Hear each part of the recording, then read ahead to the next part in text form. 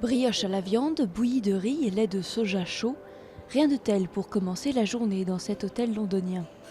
L'option petit déjeuner chinois est l'une des propositions mises en avant par cet établissement pour attirer les touristes de Pékin ou Shanghai.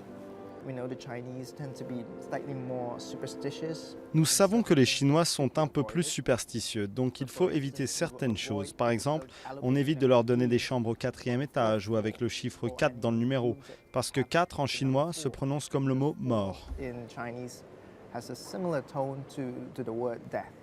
Si cet hôtel prend autant soin de sa clientèle chinoise, c'est parce que ce marché est en plein boom. Entre 2010 et 2011, le nombre de voyages à l'étranger des Chinois a augmenté de 20%. Mais surtout, ces touristes dépensent plus. 300 millions d'euros en Grande-Bretagne l'année dernière. Une aubaine pour l'économie britannique essoufflée.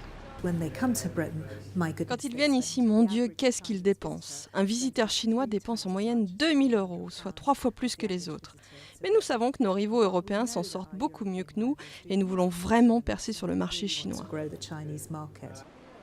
L'Europe continentale, la France en tête, a accueilli 1 million de touristes en provenance de Chine l'année dernière, contre 150 000 seulement au Royaume-Uni. En cause, l'attrait culturel de Paris et d'autres capitales européennes, peut-être, mais pas seulement. Pour un Chinois, le visa pour la Grande-Bretagne coûte presque le double d'un visa Schengen, qui donne accès à 26 pays européens. Les formalités sont aussi réputées plus simples. Alors les grands magasins essaient de compenser avec des vendeurs qui parlent mandarin ou des distributeurs qui facilitent les transactions avec les cartes bancaires chinoises. Des cartes bancaires suffisamment pourvues pour s'offrir du luxe.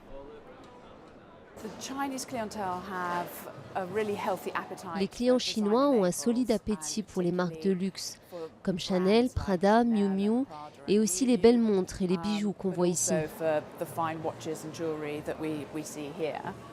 L'agence du tourisme espère que les autorités vont assouplir l'accès au visa, car elle s'est fixé un objectif ambitieux, attirer 380 000 touristes chinois en 2020.